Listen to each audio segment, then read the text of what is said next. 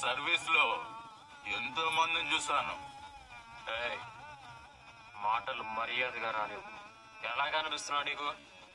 ఫ్రీగా తిరిగిపోయే వాళ్ళంతా ఇలాగే దబాయిస్తాడు. ఏయ్, అడు. నన్ను క్షమించన్నయ్యా. నా కాపురం కూలిపోకూడదని నువ్వు బాధపడేలా మాట్లాడాను. నువ్వు ఎంత ఫీల్ అవుతున్నావో నాకు తెలుసు.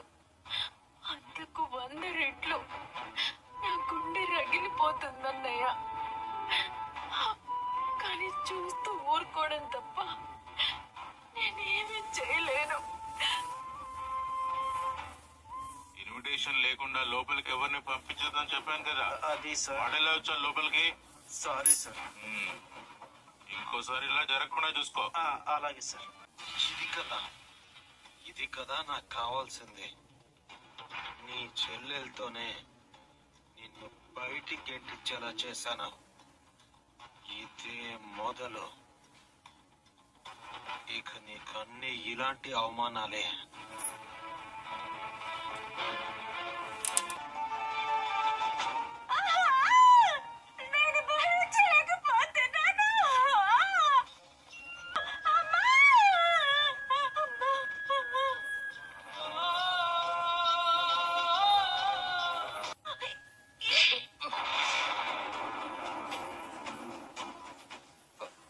నేనే.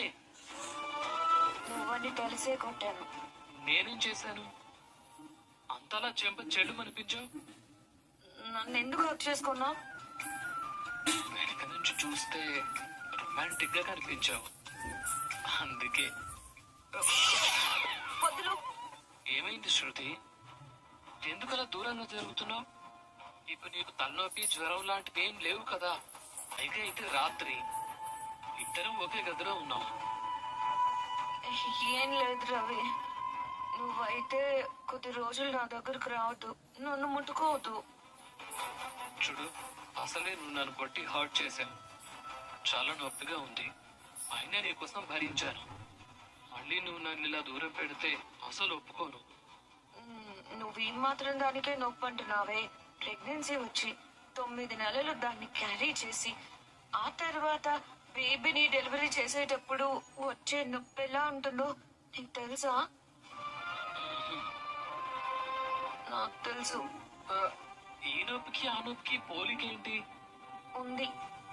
ఏదైనా నొప్పి నొప్పే కదా.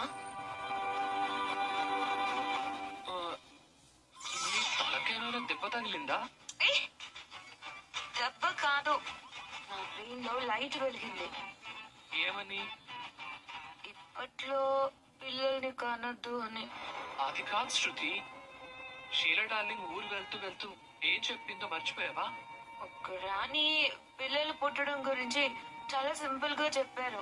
కానీ పిల్లలు పుట్టేటప్పుడు లేడీస్ ఎంత పెయిన్ అనుభవిస్తారో నేను ప్రత్యక్షంగా చూసాను. హాస్పిటల్లోనా? కాదు, డబ్బింగ్ థియేటర్ లో.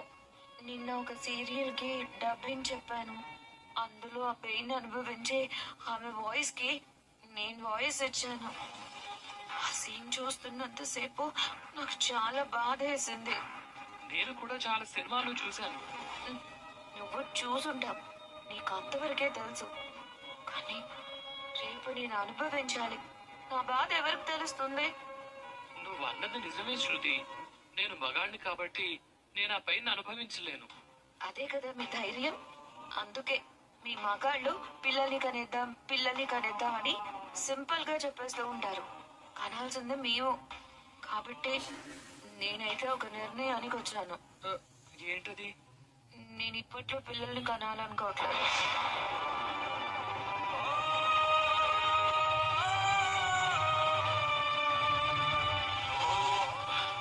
నువ్వెలాగో మన పెళ్ళైన కొత్తలో చెప్పావు కదా, 2 ఏళ్ళు ఆగుదామని. అలాగే ఆగుదాంలే. ఇప్పుడు చెప్తున్నాను, 2 ఏళ్ళు కాదు, ఇంక ఎప్పటికీ నేను కనను. ఎందుకు? ఆ బాధని నేను భరించలేను. అది కాదు శృతి. పిల్లల్ని కనడం అనేది వెరీ కామన్ థింగ్. పెళ్ళైన లేడీస్ అందరూ తల్లి కావాలని కోరుకుంటారు తెలుసా? నేను కూడా మనకి పిల్లలు వద్దు అని చెప్పట్లేదు. నేను కనను అంటున్నాను. ఓహో, అయితే నేను ఇప్పుడు ఇంకో పెళ్లి చేసుకుని పిల్లల్ని కనాలా? తమరికి అలాంటి ఉద్దేశాలు కూడా ఉన్నాయా? ఎక్కువ మాట్లాడితే నిన్ను అసలు దగ్గర కూడా రానివ్వను. ఏం మాట్లాడుతున్నావు శృతి? మనకు అసలు పిల్లలే వద్దా? దానికి వేరే ఆప్షన్స్ ఉన్నాయి. భార్య భర్తలు ఒకటవ్వకుండా పిల్లలు కనే ఆప్షన్స్ ఏంటి? సరగసి ఇలాంటి ఆప్షన్స్ చాలా ఉన్నాయి. అయినా నువ్వు ఇంకా ఎక్కడున్నావు రవి? ఇప్పుడు ట్రెండింగ్ అంతా అదే కదా టాపిక్. సరోగసీకి వెళ్దామా? ఏం మాట్లాడుతున్నావు? నీకైనా అర్థమవుతోందా? బాగా అర్థం చేసుకుని వచ్చాను. ఈ మధ్య చాలా మంది సెలబ్రిటీస్ అదే పని చేస్తున్నారు. మొన్న ఈ మధ్య ఒక సెలబ్రిటీ వైఫ్ కూడా ఇదే టాపిక్ మీద మాలాంటి అమ్మాయిని మోటివేట్ కూడా చేసింది తెలుసా? వాళ్ళు చేశారని మనం కూడా చేయాలా? నాకు ఇంక వేరే మార్గం కనిపించట్లేదు రవి. అంటే నీకు అమ్మలా మారే అనుభూతి అవసరం లేదా? ఎందుకు లేదు? ఇంకొకరి గర్భంలో పుట్టినా తను మన బేబీ అవుతుంది కదా. ఏంటో శృతి, ఇది వర్కౌట్ అవుతుందని నాకు అనిపించట్లేదు. దీనికి మా అమ్మ అస్సలు ఒప్పుకోదు. మన నిర్ణయానికి ఒప్పుకోవడానికి ఒప్పుకోకపోవడానికి ఆవిడెవరు? అసలు ఆవిడ ఒపీనియన్ మనం ఎందుకు తీసుకుంటాం? పెద్దవాళ్ళతో చెప్పకుండా ఇలాంటి నిర్ణయాలు ఎలా తీసుకుంటావు శృతి? అయినా ఆడవాళ్ళు పిల్లల్ని కనటం అనేది ప్రకృతి ధర్మం. తర్వాత మళ్ళీ ఏదో ఒక రోజు నువ్వే బాధపడతావు. నేనేం బాధపడను. చాలా అంటే చాలా క్లియర్ గా ఉన్నాను. అయినా ఆడవాళ్ళు మాత్రమే పిల్లల్ని కనాలా ఏంటి? ఆడవాళ్ళు ఏమైనా పిల్లల్ని కనే మెషిన్స్ అనుకుంటున్నారా? లేదు శృతి, మా అమ్మా నాన్నే కాదు, మీ ఇంట్లో వాళ్ళు కూడా ఒప్పుకోరు. నేను చెప్తుంటే అర్థం కావట్లేదా? మన నిర్ణయాన్ని మనమే తీసుకోవాలి. వాళ్ళ ఒపీనియన్ తో మనకు పని లేదు. సరే, ఇప్పుడు నాకు దీని గురించి మాట్లాడే ఇంట్రెస్ట్, ఓపిక రెండూ లేవు. మనకంటే ముందు ఇంట్లో ఇద్దరు ఉన్నారు కదా, తర్వాత మాట్లాడదాం. మనకంటే ముందు ఎంతమంది అయినా ఉండని, నువ్వు మాత్రం పిల్లలు కావాలని నా దగ్గరకు వస్తే మాత్రం ఖచ్చితంగా నిన్నో అనే చెప్తాను. అలా చూడడం మానేసి నువ్వు రెస్టారెంట్ ప్లాన్ చేయాలనుకున్నావు కదా, ఆ పని చూడు.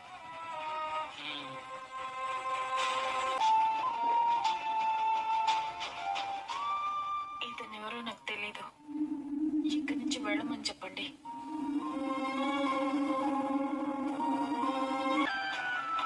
ఏమైందండి? ఇంత ఆలస్యమైంది? ఈ మాత్రం ఆలస్యంగా కూడా నేను రాకూడదా?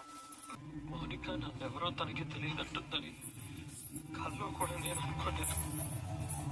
ఈరోజు మౌనిక నోటిలోంచి మాట, మౌనిక ఎందుకు అలా అందో నాకు అర్థం కాలేదు మీనా. తను నన్ను కొట్టినా నా చెల్లె కదా నన్ను కొట్టింది.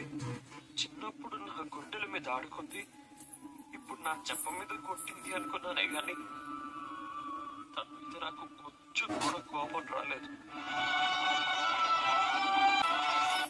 ఏం లేదన్నా, నేను కొత్తగా కొన్నాను కదా ఆ కారు మన రాజేష్ కి రెంట్కి ఇస్తున్నాను.